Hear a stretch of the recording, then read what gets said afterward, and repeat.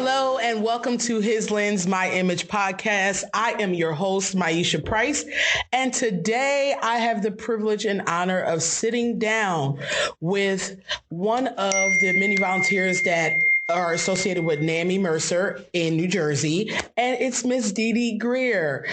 She is a volunteer with NAMI, and she has been since May 2011, and she serves in many different capacities, such as the outreach and the reception department, as well as any kind of administrative support. So let's welcome DiDi to His Lens, My Image podcast. Thank you so much, DiDi, for coming and being a part of this, and I appreciate your time. Thank you so much for having me, Myesha. So we're just going to have a conversation. I know as this month we celebrate and we make awareness of mental health, which is so important in society overall. You know, I feel like in more recent years, it's become more of a conversation and not so taboo that people are more willing to talk about it and have the conversation. So when you think about that, so tell me about your experience with mental health. Well, unfortunately, I have been a mental health consumer for many, many years. Since I was 18 years old, I've had many experiences with hospitalizations and so forth. So it's a vast experience that I've had with mental health. Okay. Unfortunately, the hospitalizations were never very beneficial in the sense that the setting was always depressing, right? Not what you would expect. Not really upbuilding for me. But what I can say, I did take away from those experiences that I never wanted to repeat them. So I did learn from that. Right. Yeah. So when you say you've had your own experience in that, how did that affect your life? Well, like I said, it's always been something that I never wanted to repeat. So I've always wanted the best care for myself. And I've always sought out the best care for myself. Okay. So with that in mind, I've always sought the best doctors, the best healthcare centers, and so forth. And I've always tried to make sure that I don't repeat those experiences. Absolutely. By going back into the hospital. Gotcha. And, you know, sometimes, when people go through situations like that and trying to, although like hospitalization and all that stuff is supposed to be a safe place for people to come and get a treatment. And, you know, sometimes our image and our perception of what that looks like, like you say, it was totally not, it wasn't the kind of atmosphere. It's like, I don't think I want to be here no more. Let me get right. Let me get myself together because this ain't what I want to do. Like, I know I need to get help, but there's got to be a better environment to get that help. I agree. So would you say that getting the help and that you need, that it would be more useful or helpful if there are environments that kind of promote the happiness or promote health versus maybe it looking like a warehouse or looking like prison? Yes, prison is exactly the word. That's exactly what they tell you when to go to bed. They tell you when you get up. They tell you what you can and cannot have. You cannot have your hair products. You can't have this. You can't have that. It's rough up in there. Wow. So it's not something that promotes happiness, as you said. I agree with you 100%. It does feel like a warehouse. Wow. Yeah. And I wouldn't expect that for a place where we're talking about, we're trying to help people with a mental issue. Now, granted, I get it. Having objects and things, that can be harmful to people. Right. But then maybe there needs to be a place of levels to it. Like, okay, maybe you may be one that's dealing with depression, but you're not harmful to yourself. So I don't want to say maximum security and minimum security, but like, you're not to that point where it's like everything, like you said, you're going to kill yourself or you're going to slice your, arm or something of those natures. Right. Maybe there needs to be levels to what floors and rooms and sections of the place that, because if in my mind, what I've envisioned, like if I'm going somewhere that's supposed to be a place of help, maybe bright colors or something radiating life. Not gloom and death. Because when I think of prison, I feel like that doesn't give me the ideal of I can survive this. Right. I can push past this. It gives me, oh, you're at the end of the road, but we're here. But yeah, you got 3 meals a day. This is what it is. And, that doesn't give me the mindset that this is a safe place to be for my mental health. Right. It's very restrictive, It's very restrictive. I remember I did have to do a stint in the state hospital, and it was horrible. They got us up at like 6:30 in the morning, and for everybody to go outside for a smoke. Then you had to take a shower.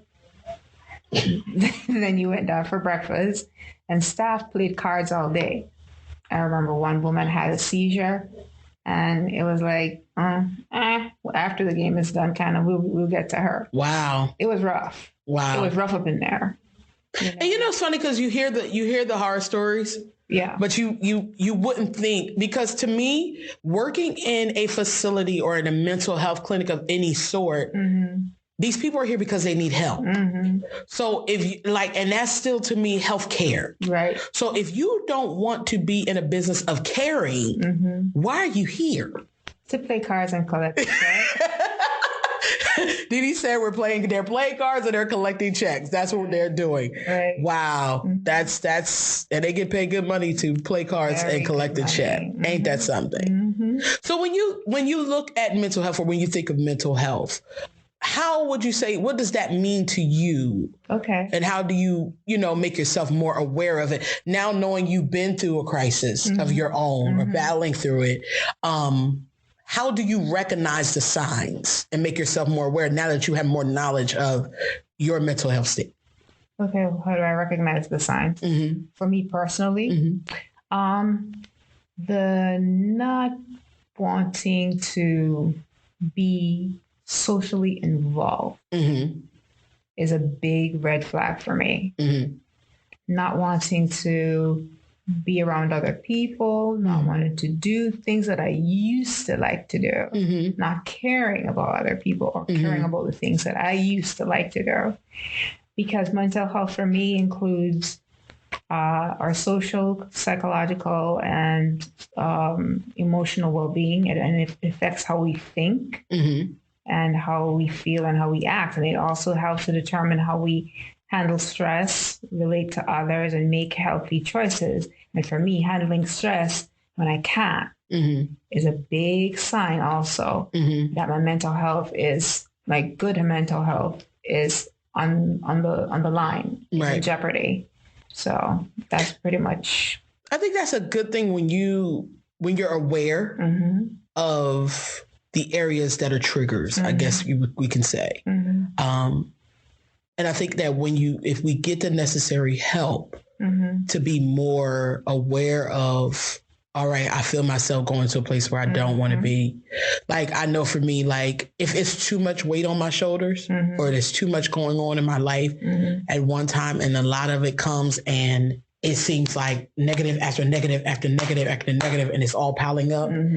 It will make me want to kind of invert and kind of go into a dark place. Right. And I've recognized that when it's like that, that if I feel myself getting to that place where I don't want to get up, I know, that's when I have to push even harder, because I know my mind is telling me go this way, but my spirit's telling me go, like, we not about to do that. No. So for me, sometimes it's me listening to motivational episodes on YouTube, or me listening to songs, or I write music. So I'll write a song about what I'm feeling at that moment. And it's in those moments where it kind of pulls me out. It's like one dig at a time. Instead of me digging myself in a hole and just falling in a hole, it's now like I'm climbing out of it one step at a time, because I won't allow myself to get to that point again. So I'm understanding, I'm hearing you, and I'm feeling you, because for me also, getting out of bed, if that starts to become a challenge, if personal hygiene starts to become a challenge, if I'm eating myself into the next millennium is becoming a challenge. Eating everything that is in the fridge. Gotcha. Then I know also. That's a sign for you. That's a sign that my mental health is in jeopardy. Gotcha. And it's time to call the doctor. Yeah. It's really time to call the doctor because my meds probably need some tweaking or something like that. You know. And see, I appreciate your sincerity and your realness and honesty in this moment, because I feel like it's so important for people to hear and to see people who are going through it, been through it, but knowing how to maintain and still live.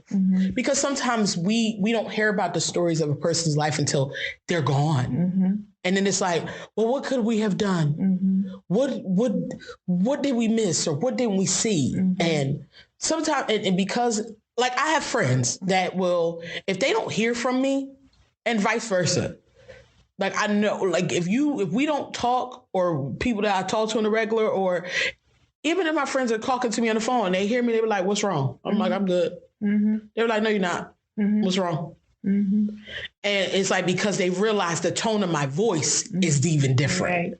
So, and sometimes the first place for me to go is to isolate and to kind of, I deal with it in my mind, deal with it internally. And I've learned over the years that that's not a good thing, because all you are left with is your own thoughts. And your mind is kind of just rehearsing what you're already telling yourself.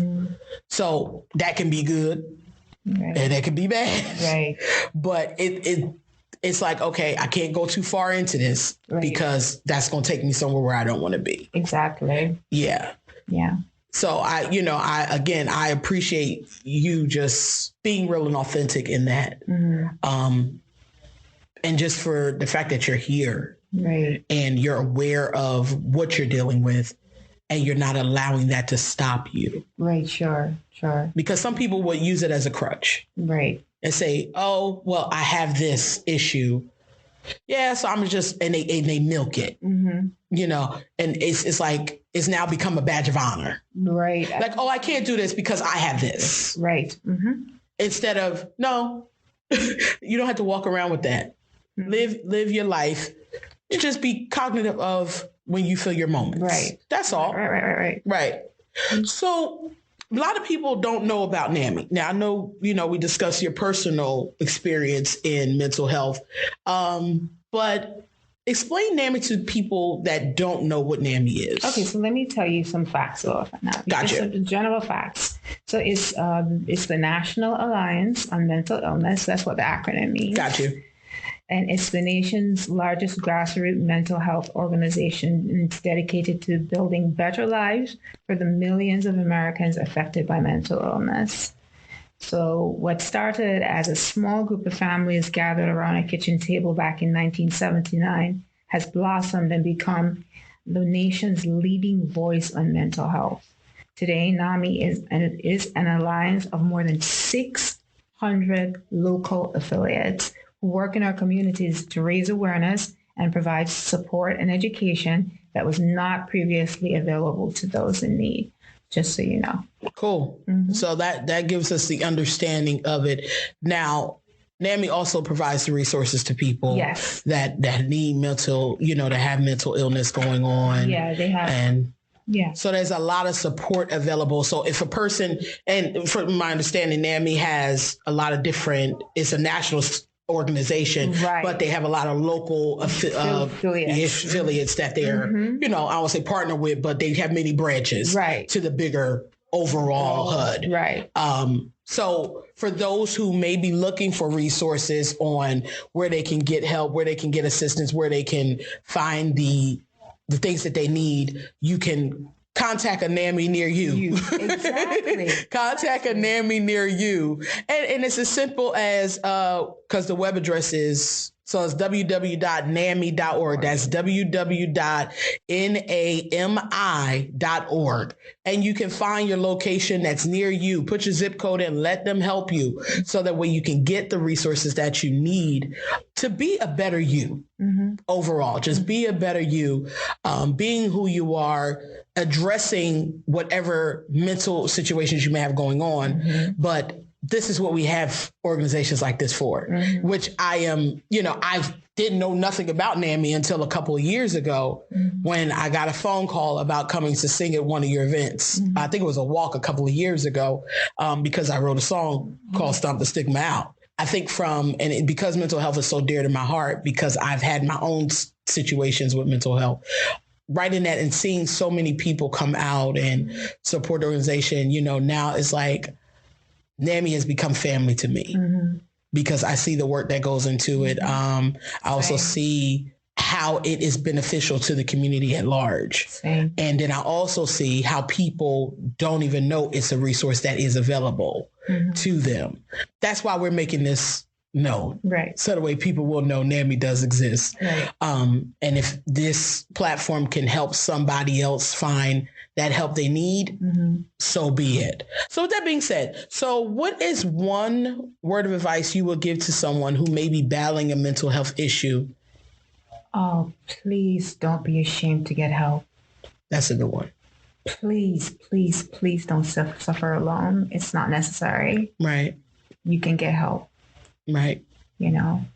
I have a bumper sticker, hashtag no stigma.